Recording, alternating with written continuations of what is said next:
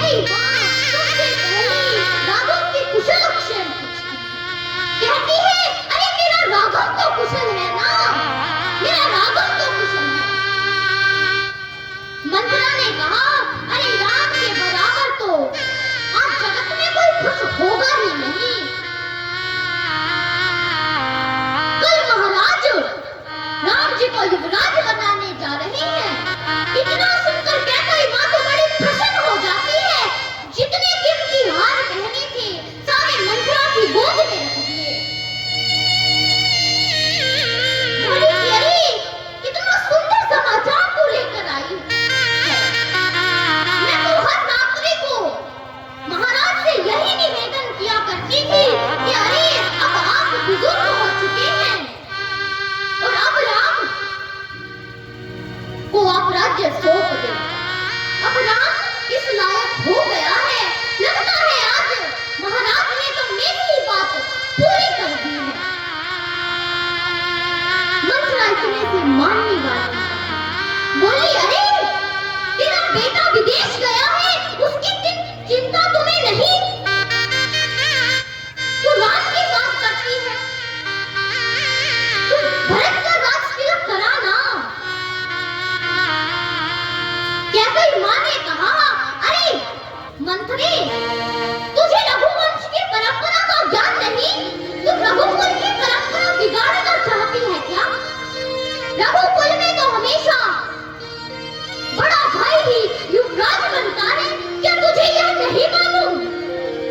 अरे तू भरत की बात करती है।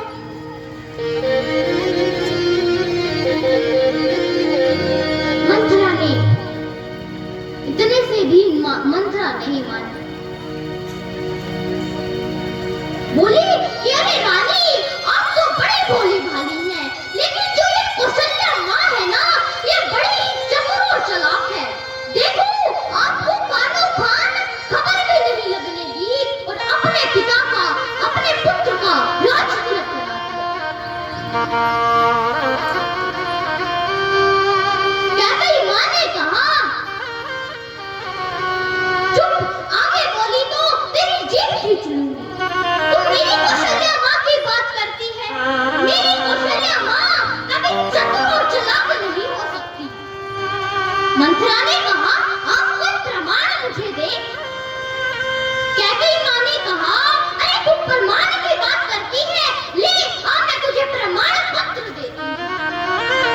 तू कहती है मेरी कौशल्या माँ चतुर और चालाक है, लेकिन मेरी कौशल्या माँ चतुर और चालाक नहीं। क्योंकि अगर मेरी कौशल्या माँ चतुर और चालाक होती तो उनके यहाँ श्री राम जी जैसे बेटे कहाँ से आते? भगवान तो देखकर ही घर में आते हैं। वे कैसे आ गए होंगे कौशल्या माँ के घर? मंथरा ने कहा, अरे अब हम तो कुछ बोलने वाले नहीं। आप तो पहले ही कह चुकी हैं। अगर आगे बोली तो तेरी जीभ खींच लूंगी। अरे अब राजा कोई बने, हमें इससे क्या लेना देना? हम दासी से कोई रानी बनने वाली तो है नहीं। हम तो रहेंगी दासी की दासी। अब कोई राजा बने, इससे हमारा क्या लेना देना? अब महाराज इधर सोच रहे हैं कि अरे जैसे ही मैं सारी महारानियों को बताऊंगा, तीनों महारानियों को बताऊंगा, जैसे ही मैं कैकई महारानी को यह कहूंगा कि मैं राम का राज तिलक कराने जा रहा हूँ, वह तो तुरंत कह देगी, अरे आपने तो मेरी बात को ही पूरा किया है। इस भाव से महाराज कैकई माँ के भवन में आते हैं।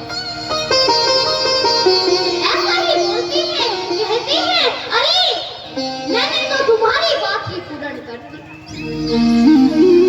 मैं राम का राज तिलक कराने जा रहा हूँ। सारा नगर हमें बधाई देने आ रहा है। शीघ्र तुम तैयार हो जाओ। देखिए सारा नगर हमें बधाई देने